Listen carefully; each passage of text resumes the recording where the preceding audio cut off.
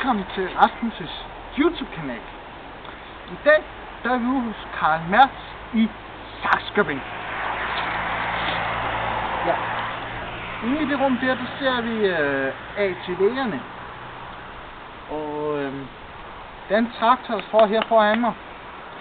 Og den der står ved siden af igen.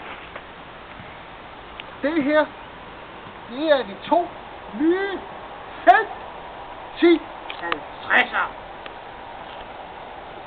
Det er de største traktorer, der er blevet produceret inde hos Fendt. Ved siden af igen, der ser vi en af mine yndlingstraktorer. Men de her Fendt 1050'ere, de har mange hestekræfter.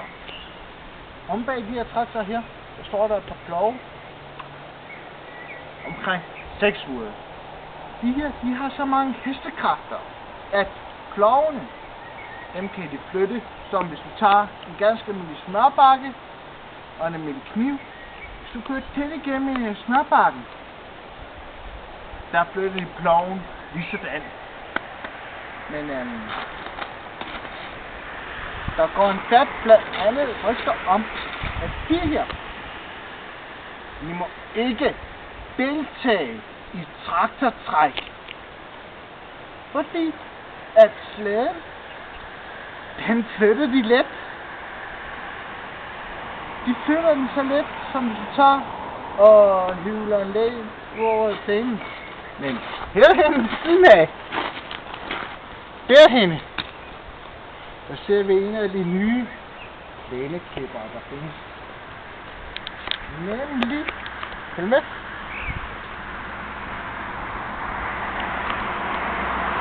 En af de nyeste plæneklipper, der findes. Det der, det er en robotplæneklipper. Du sætter den bare ind.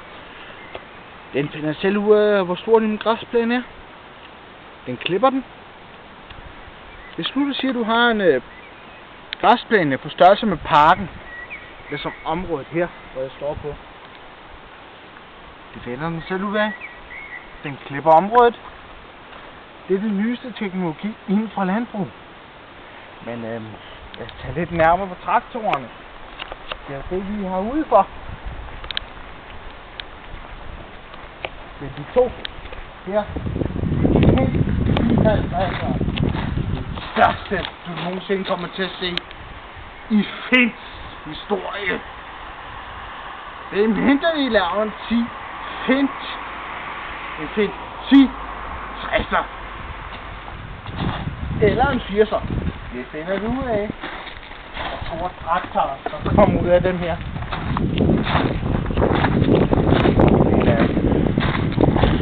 Jeg skulle helt til min yndlingstraktor. Dem her.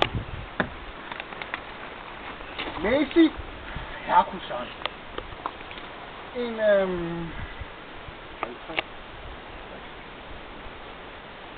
77 Dyna V6. Den har det meste af det nyeste udstyr. Massey Ferguson var det første, der indførte landbrugsteknologi. Så hvis du vil have en fornuftig traktor, investerer i den her. Så her er du en af de lidt ældre modeller. Dyna VT. Den her, der kom frem, der var det den største Massey Ferguson, der fandtes. Og ja, hvis I ser nummeret, skal I se nummeret. Det er nok lidt yngre end den vi ser over på Dyna 6.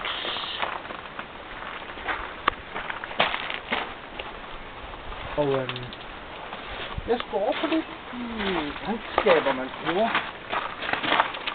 Og de 4 traktorer I ser det, hvis I vil være Danmarks dårligste landmænd, så er det de 4 I skal investere i. Nemlig Valtra. dårlige hvad? Dårlige landmænd, de køber valsre. Men den vi ser her, den røde her, en hav. Og det er en hav gennem siden af. Ved du?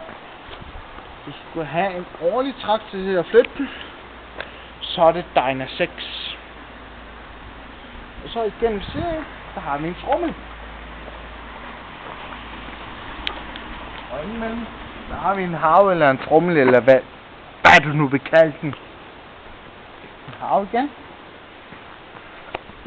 Men den plov, vi snakker om, som Pind 1050 vil flytte som smør, der står lige nøjagtigt her.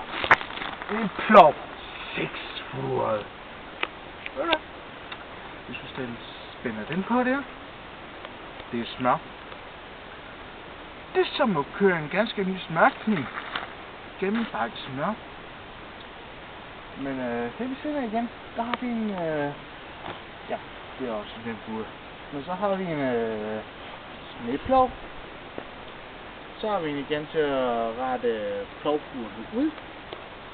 Og indtil du hægter på fyldestregeren, så har vi en planburet plov ved siden af den plov, vi får ved siden af. Og en hav.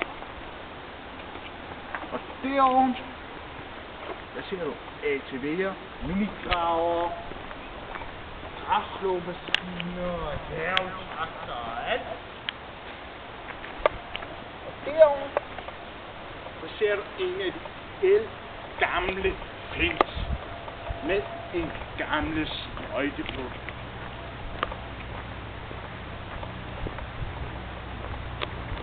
En pind.